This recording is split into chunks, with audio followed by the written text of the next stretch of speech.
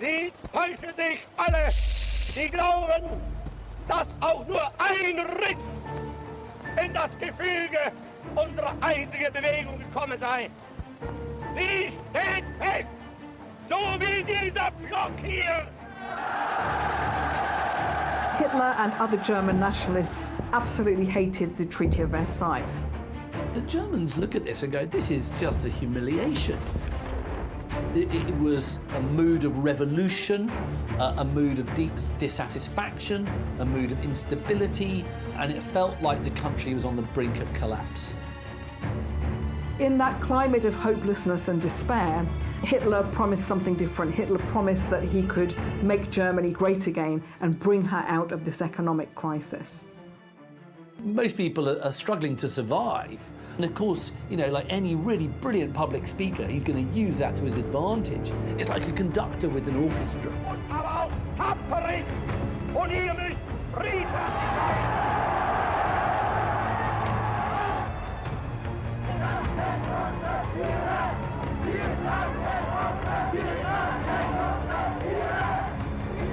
They're looking for a strong leader. They want someone to emerge who's going to, you know, take the country out of this kind of hell and transform it. Hitler,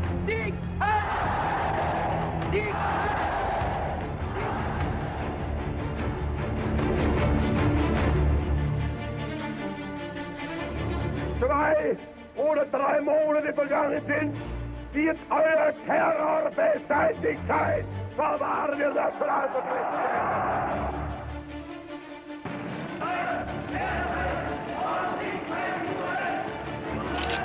Determined at the end of 1932 to accept not a vice-chancellorship, but only the top position. He hailed that as the Nazi seizure of power, so this was his moment.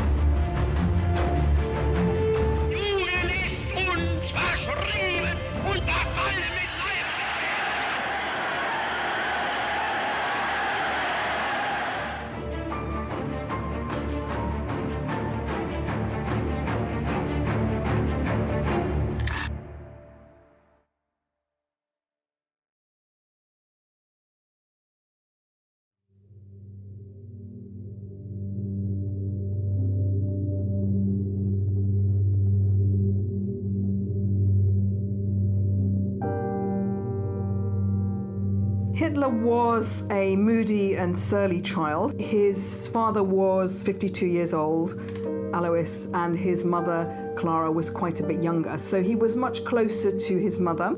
Hitler's father was really abusive. He would often beat the young Adolf after he had had too much to drink.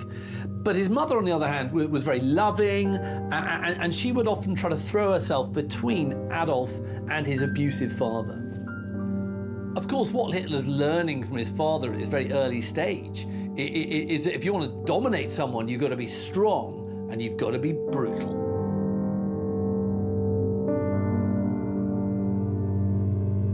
Hitler's father was very strict and authoritarian, and perhaps this had some influence on the young Adolf as he grew up. There's this extract in Mein Kampf in which Hitler remembers his old history teacher, a man called Leopold Potsch, and the profound effect that his classes had on the man who would lead the Nazi party. Potsch himself was born in what we today call Slovenia, but he was this kind of nationalist who believed in a kind of, wider Germany, and he despises the rulers of Austria-Hungary, the Habsburgs. And what Potsch frequently voices are his political views in the classroom, and there's no doubt that they are shaping Hitler's own nationalism.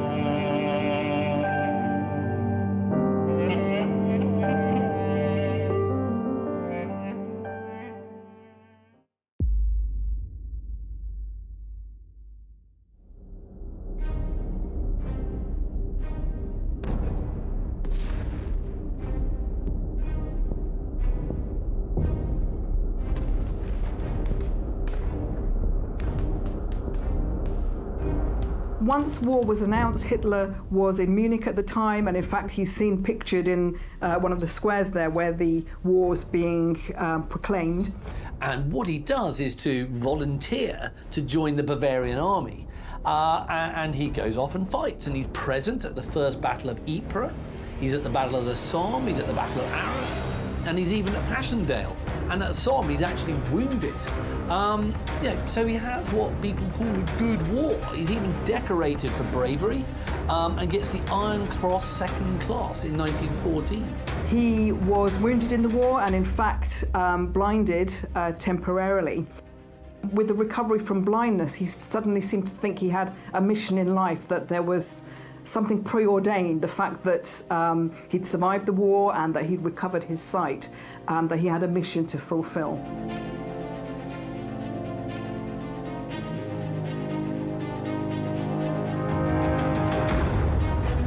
Hitler's wartime experience really reinforces his sense of German patriotism. And when Germany capitulates in 1918, in November, he's incredibly bitter. And it's that bitterness that's really going to start to form its political ideology. Hitler pinned the blame for the loss of the First World War on what he called the November criminals, those who had signed the armistice on behalf of Germany. So really he believed that had the German army been allowed to continue on the battlefield, they would have won. And from here came this myth of the stab in the back, that the army had been stabbed in the back. And this became very popular among German right-wing and paramilitary groups and so on. Those responsible for it were people like Hitler's claims of Jews and Marxists, and basically anybody who had signed the armistice that ended the fighting.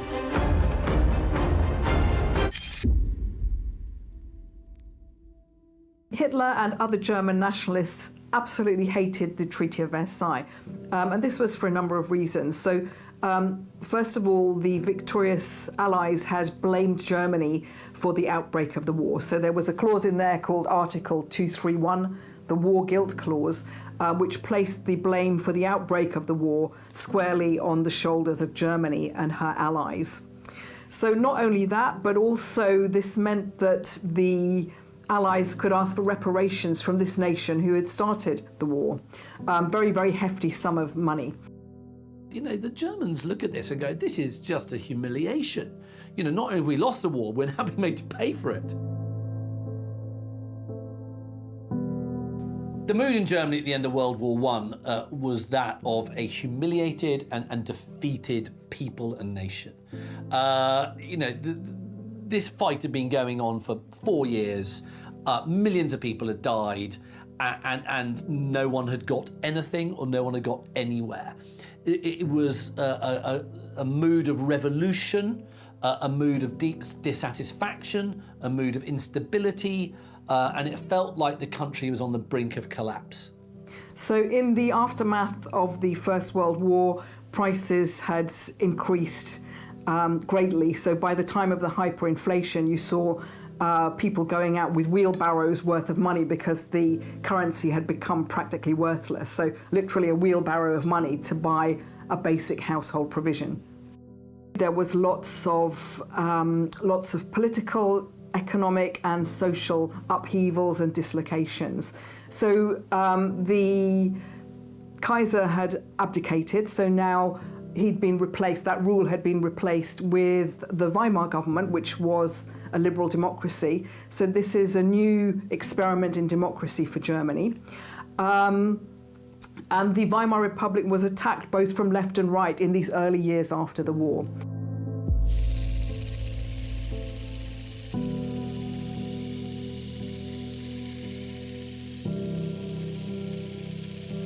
In July 1919, Hitler gets a new job, and this is actually really crucial, one of the first steps that's going to take him to power.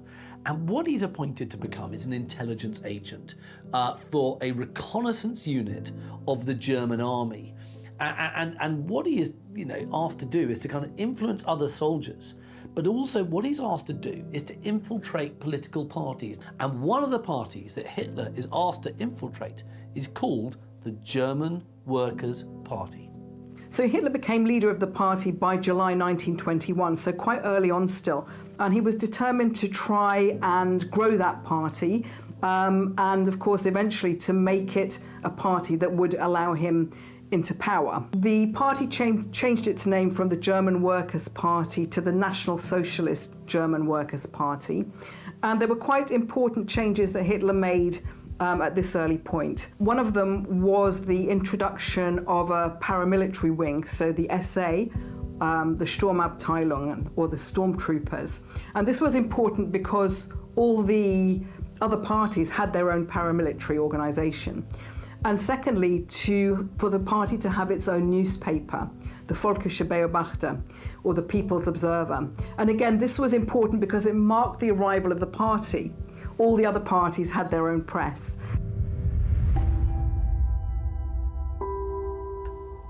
Hitler's speeches are really vitriolic, but they're very effective, and they attract regular audiences. And what he's found, he's got this gift for speaking. He is a natural demagogue, and he's really good at using populist themes, and he labels scapegoats for losing the war. You name it, Jews, communists, whoever Hitler hates on that given moment, he'll lay into them. Hitler's charisma and his ability to speak so well, to really draw crowds and attract attention to the party, meant that his role was crucial even from an early date. Listeners are listening and watching this, and they're thinking, yes, these are the reasons for our economic hardships. And Hitler's also got this huge personal magnetism.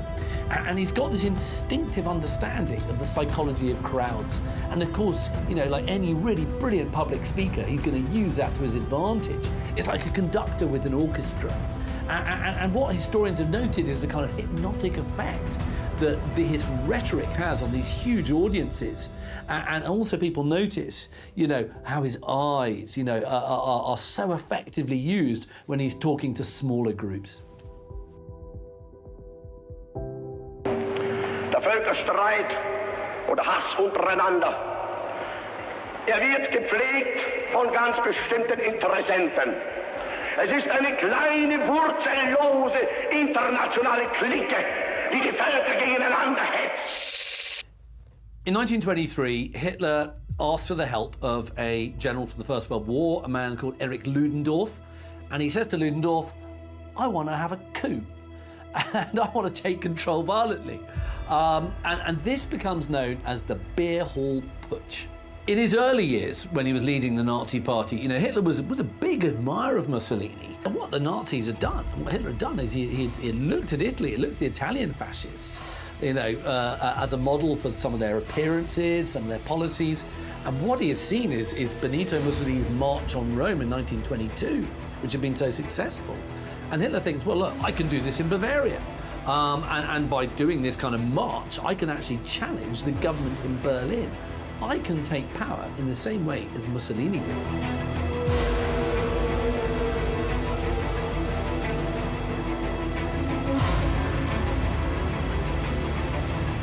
Whilst Hitler had some support among the armed forces and among the upper classes that had made him believe that this might be possible, the truth is he'd really overestimated that. The Weimar Republic, despite the problems that beset it, was not really on the verge of collapse at this stage.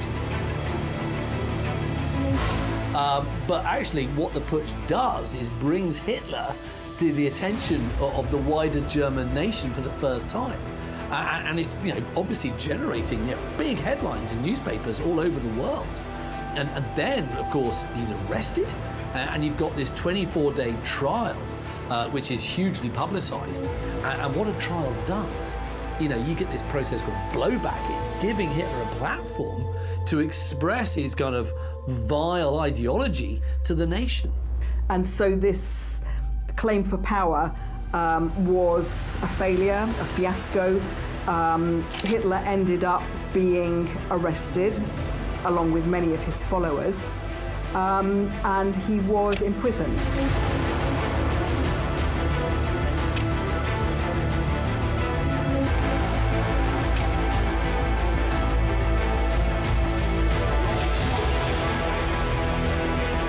On On April the 1st, Hitler is sentenced to 5 years imprisonment at Landsberg prison for his involvement in the Beerwald. And there he dictated Mein Kampf, so his struggles and his political ideas, to Rudolf Hess and Emil Morris. What this book does is to lay out Hitler's plans in a kind of very rambling, incoherent fashion for transforming German society into a society based on race. So throughout the book, Jews are equated with germs, and they're presented as the international poisoners of society. Anti-Semitism, anti-Bolshevism were two of the key ideologies. He also despised democracy, and these kinds of ideologies were written in very, very fervent and strong terms in Mein Kampf. So, according to Hitler's ideology, there was only one solution to this, and that was their extermination. The Great Depression was this severe worldwide economic depression that took place between 1929 and basically lasted a whole decade till about 1939. What it saw was a major fall in stock prices in the United States, and you see basically an economic cataclysm worldwide.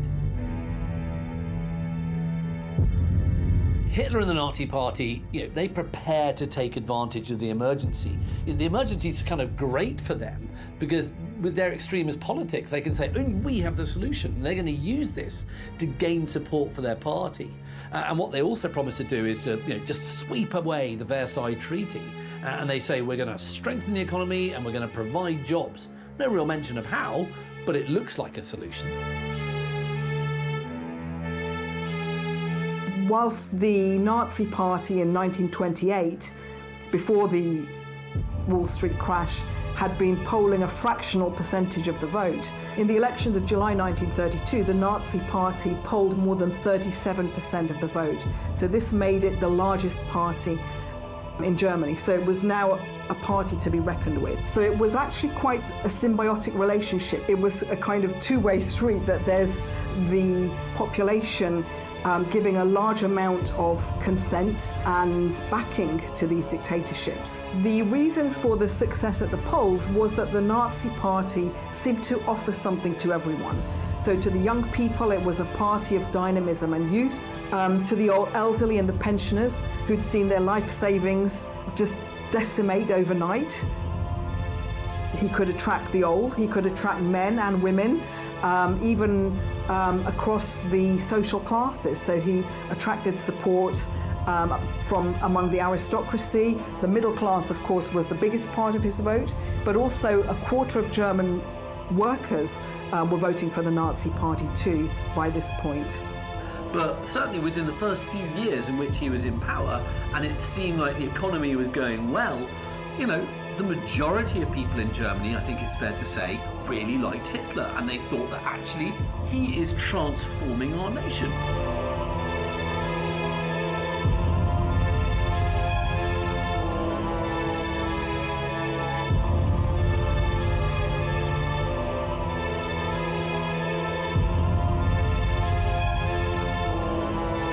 Hitler had quite a lot of disdain for the other political parties. He was convinced that his party was the one that was going to make a difference, and he was determined at the end of 1932 to accept not a vice-chancellorship, but only the top position. He was determined and uncompromising about being Chancellor of Germany. And when Hindenburg offered him this position, he hailed that as the Nazi seizure of power. So this was his moment. On the 27th of February 1933, the Reichstag building is set on fire. Hermann Goering says this is definitely a communist plot. And at Hitler's urging, Hindenburg, who's the president, responds by signing the Reichstag fire decree on the 28th of February, just the next day. And this allowed the cabinet to have full autonomy and to take any steps it considered necessary in order to safeguard public order. So this was a fundamental step in Hitler's consolidation of power. One of the first things Hitler does with the Reichstag decree is to basically suppressed the activities of the German Communist Party. And he got 4,000 members arrested almost overnight. Essentially, Hitler was able to maneuver the situation so that the Nazi Party became the only party. So we see the arrival of a one-party state. It's very likely that the fire at the Reichstag was organised by the Nazis as a pretext for a kind of mass persecution of communists and social democrats in Germany. Of course, the purpose of the decree is, and the whole purpose of the fire, if the Nazis did indeed, set it, was to manufacture an excuse for repression and control. In the end, it doesn't matter whether the Nazis started it or not. The fact is the Nazis used it as an excuse to gain more totalitarian power.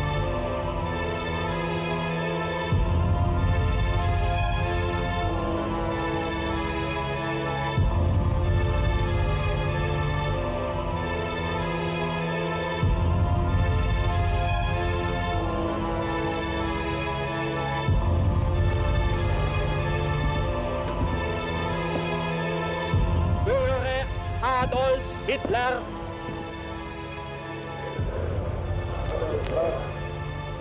Unverbrüchliche Treue. Unverbrüchliche Treue. Ihm und den wir von ihm bestimmten Führern. Ihm und den wir von ihm bestimmten Führern. Unbedingten Gehorsam. Unbedingten Gehorsam. Die größte Eidesleistung der Geschichte ist geschehen. Der Sieg heil! Sieg heil!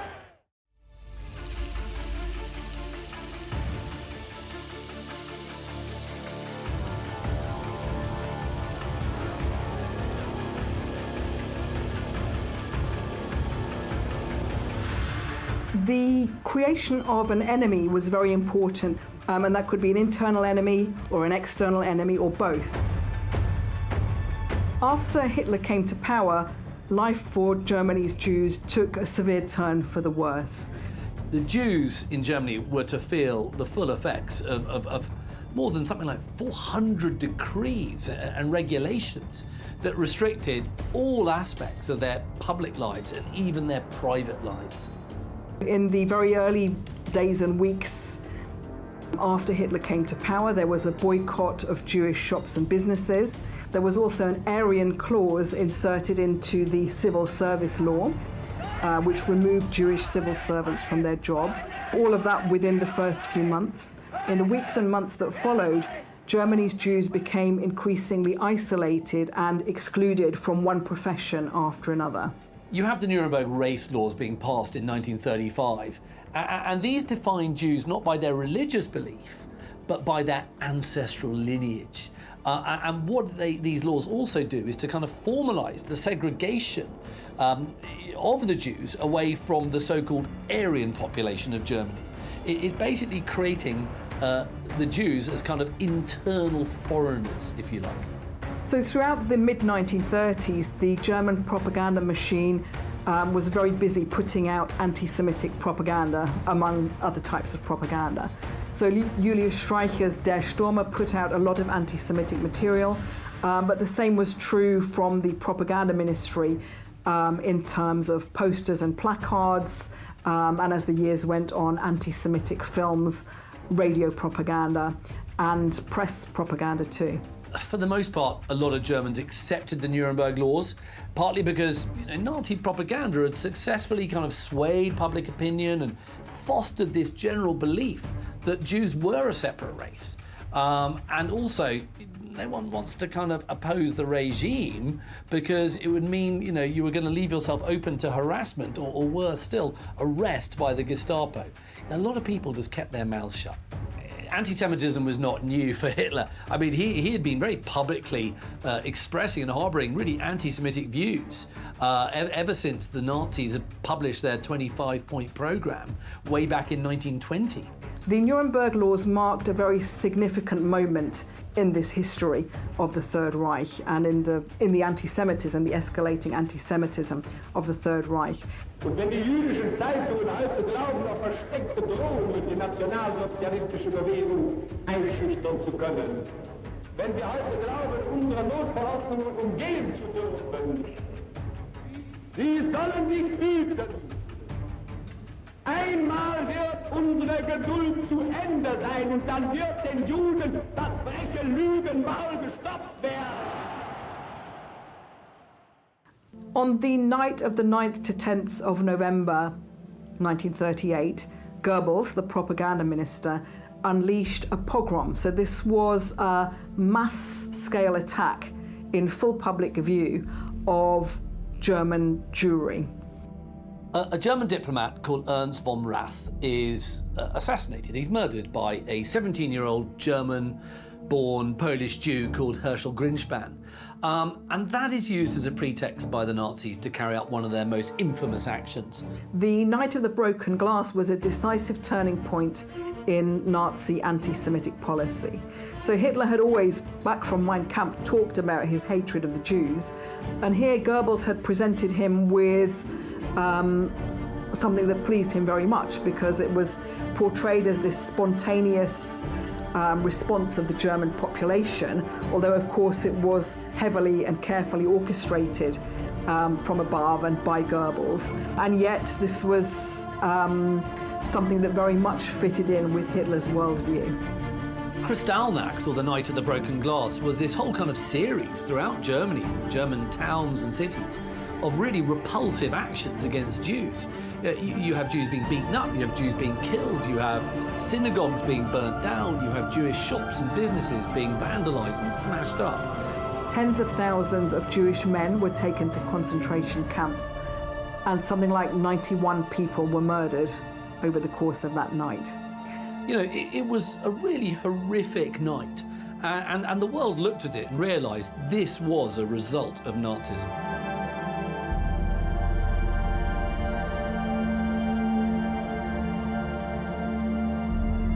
You know, you can look at the Night of Broken Glass as being undoubtedly a precursor for what was going to come, and that, of course, was one of the darkest episodes in human history.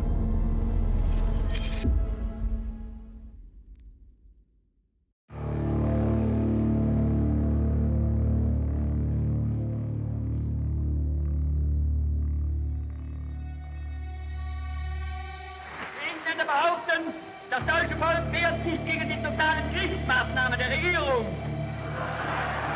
Es will nicht den totalen Krieg, sagen die Engländer, sondern die Kapitulation. Wollt ihr den totalen Krieg?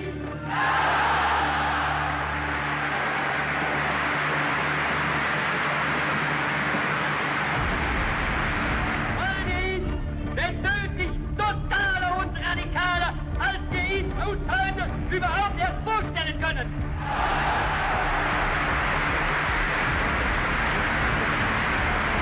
Seid ihr bereit, mit dem Führer als Phalanx der Heimat hinter der kämpfenden Wehrmacht stehen, diesen Kampf mit wilder Entschlossenheit und unbeirrt durch alle Schicksalsbügel und fortzusetzen, bis der Sieg in unseren Händen ist?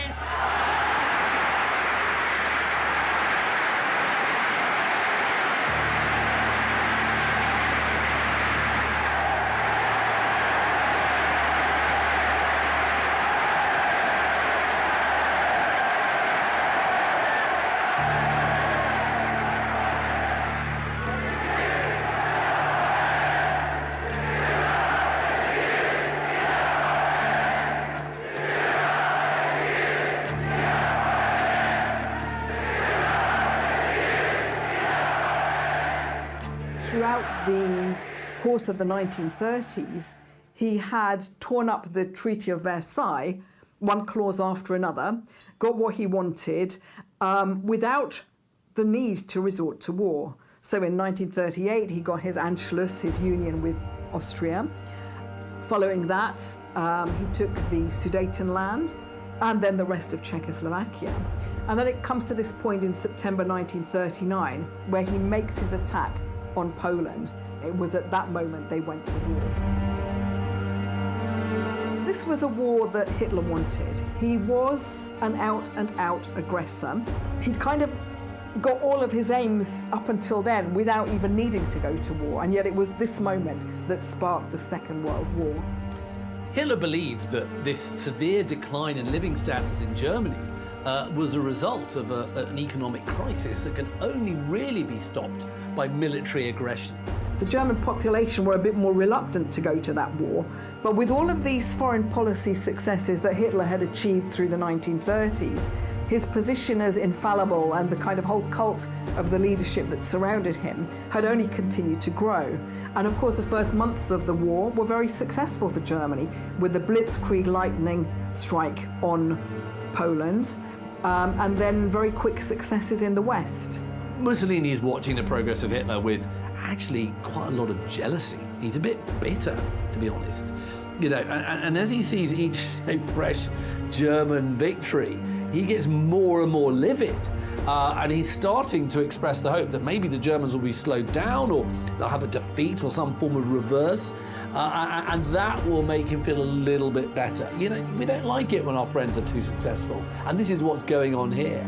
But Germany, of course, just advances westward, you know, and not only takes all the Low Countries, but even, you know, takes France.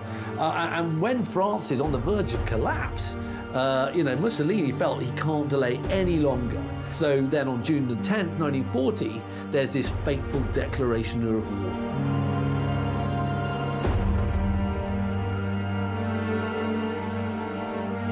You know, this desire to just keep fighting and then to start fighting on multiple fronts is ultimately going to lead to Hitler's demise.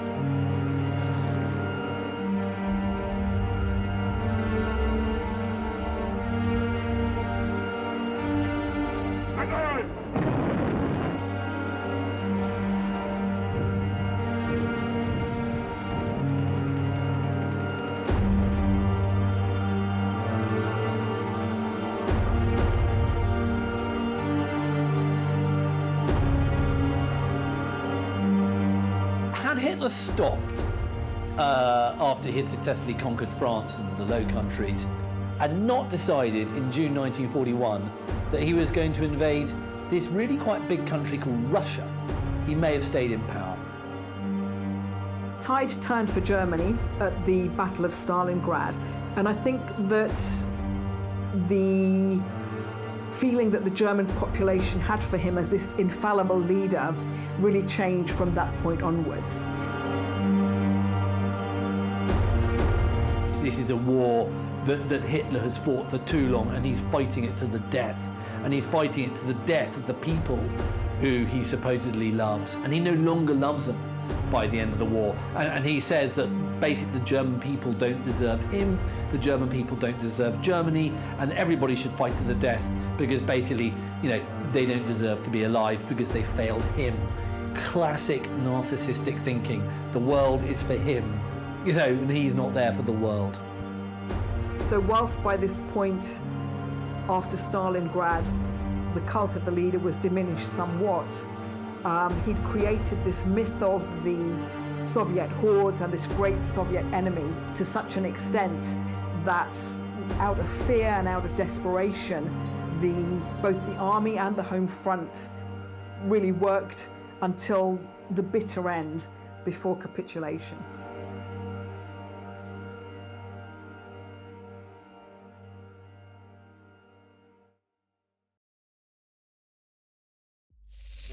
The first half of 1945 is probably the darkest 6 months in Germany's history because it's being invaded by, you know, the Russians, the Red Army from the east, and you've got the other allies coming through from the west.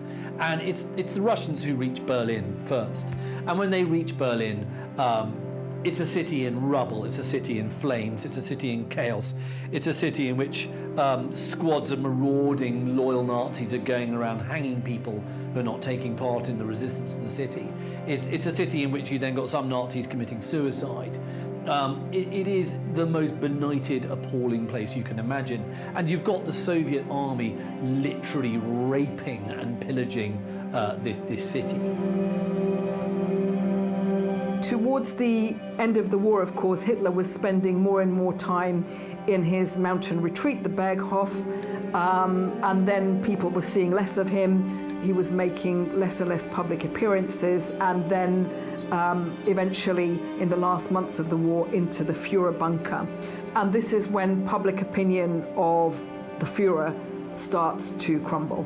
Hitler's last days in the Führer bunker under the Reich Chancellery in the centre of Berlin, are a kind of terrible end of a Shakespearean tragedy, as the thunder Russian artillery all around them, and they're deep inside this sort of concrete underground fortress. Everybody's sort of kind of going mad, and especially Hitler. Hitler and the Nazi leadership felt increasingly desperate as the Allied forces advanced closer and closer to Berlin. Nevertheless, in that desperation, they were all the more determined to fight to the bitter end and to bring the nation with them.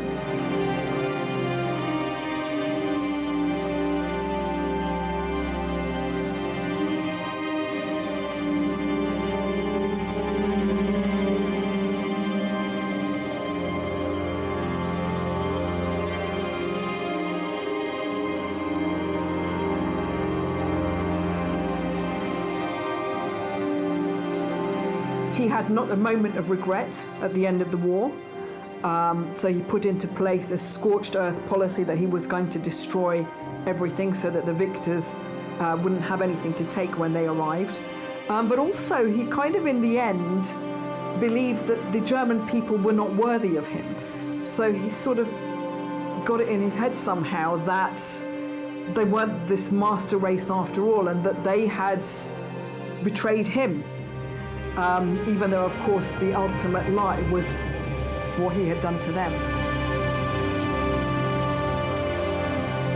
On the 28th of April, 1945, Mussolini is shot dead by partisans in the north of Italy while he's attempting to flee to try and get on a plane. The day after Mussolini is killed, on the 29th of April, 1945, his corpse and that of his mistress, Clara Petacci, they're dragged along and they're dumped on the ground in front of the old Piazzale Loreto.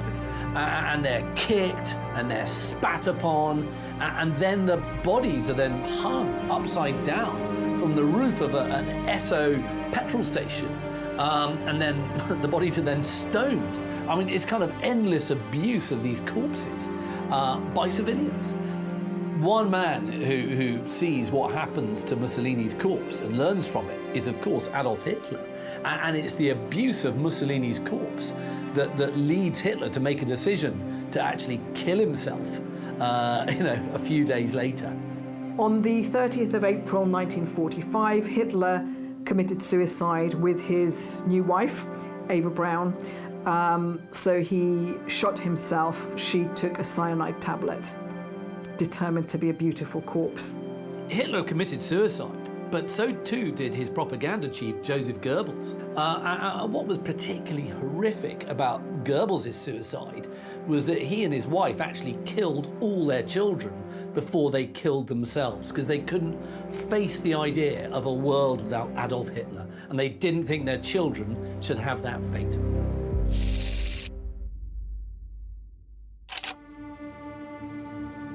Hitler's personal anti-Semitism came to be translated into state policy, and as the years progressed, the policies became more and more radical.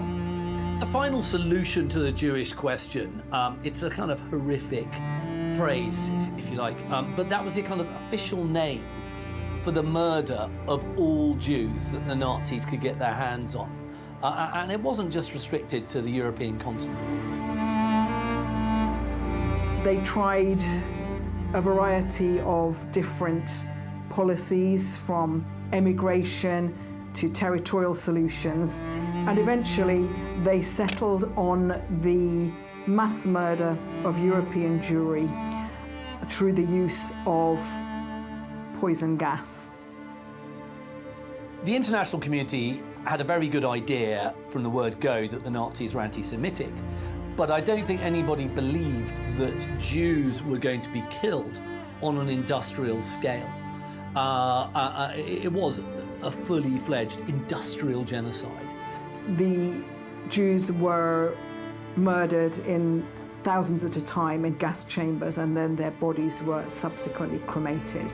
When the Allied forces turned up at the camps, places like Belsen, the world was horrified when they saw the footage that emerged. You know, corpses piled up, having to be bulldozed into pits. And the Allied forces, when they saw what had been done to all these people in the camps, they often got local Germans in to come and see what had been done in their name. And obviously they also made, you know, some of the people running the camps, the SS, not only help, you know, clean up the camps and you know, dispose of the bodies, but obviously there was also summary justice. Even though it's not kind of officially recorded, there are many stories of troops getting absolutely livid with some of the SS who, you know, ran the camps and just shooting them out of hand.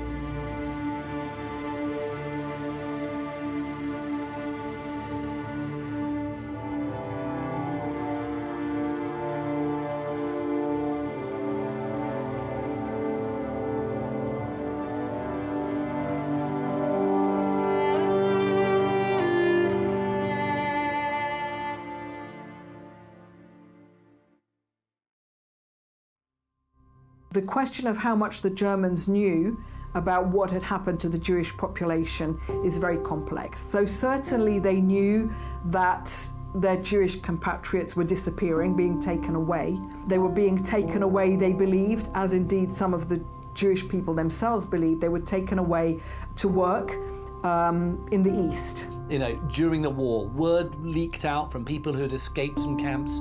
There were aerial pictures taken of places like Auschwitz. So, you know, by the middle of the war, the world at large had a very good idea that this slaughter was being carried out on an industrial scale. Yes, some rumours did circulate back from soldiers on leave, and other information did filter back to the Reich, but the German population was busy with facing its own war, dealing on a day-to-day basis with the course of the war, Allied bombings, rationing, food shortages. It took a long time for the German people to really come to terms with what had been done in their name. I think a lot of German people throughout the war had more than an inkling, but I don't think they knew the extent of the savagery of what went on, you know, behind those miles upon miles of barbed wire. There was a deliberate policy on the part of the Nazis that this extermination should take place not on German soil. So these death camps were all in Poland, so they were out of the direct line of vision of the German population. You know, as well as places like Auschwitz, which were relatively easy to keep quite secret, what people also knew about from troops returning from the front, and especially from the Eastern Front, was the Einsatzgruppen, the mobile killing squads that went behind the German lines, killing anybody they regarded as being an enemy of the Third Reich, such as Jews and communists and so on. And the Einsatzgruppen killed millions of people, and it was impossible to keep that quiet. So once again, there had been some knowledge, but limited knowledge, about the extent of what the Nazi regime was putting into place in terms of this genocide that was taking place in the death camps. When the Germans fully appreciated what had been done in their name by the Nazis, it took a very long time for that to sink in. If you look at public opinion polls carried out in the 40s and the 50s in Germany, there was still a lot of residual affection for Nazism. It was felt that this was something that had made Germany great again. It was something that had got things moving and done. Yes, there had been excesses, the small matter of the Holocaust, clearly. But some people in Germany were willing just to say, if we can divorce the kind of genocide bit from Nazism, you know, is Nazism so bad? So there was still this sort of kind of, I'm not saying all Germans, I mean, but a minority of Germans were still, you know, affectionate towards Nazism and towards Hitler. But I think, yes, ultimately, when it was shown quite how evil Nazism was, and the German people fully appreciated it, then, yes, the opinion of Hitler was not quite as good.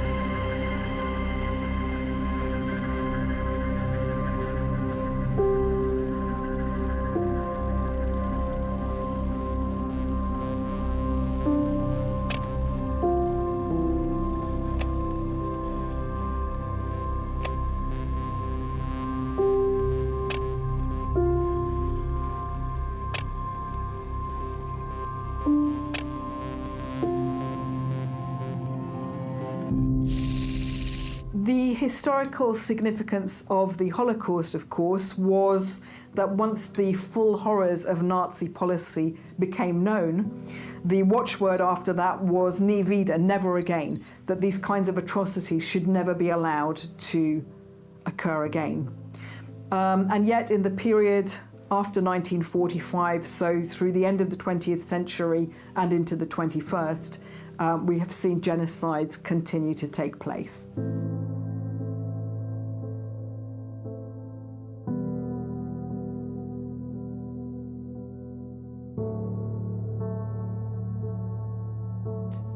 Certainly, there are a lot of reasons why you might have voted for Hitler in the 30s, not all of which involved you being evil.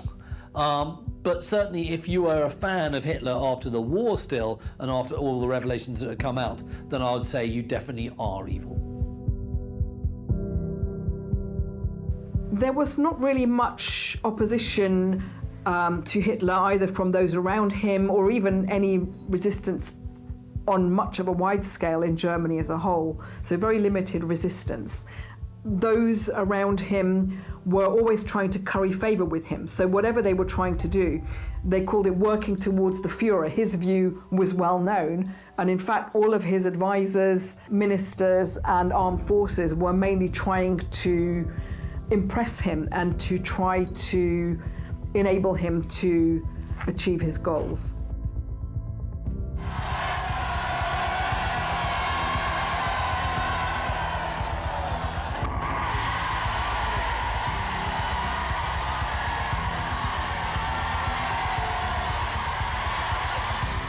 In some ways, Hitler cheated by killing himself. He got away with any punishment for all the suffering he had caused, not only to Germany, but of course to the world. And it was actually his generals and his inner circle who were going to pay the price.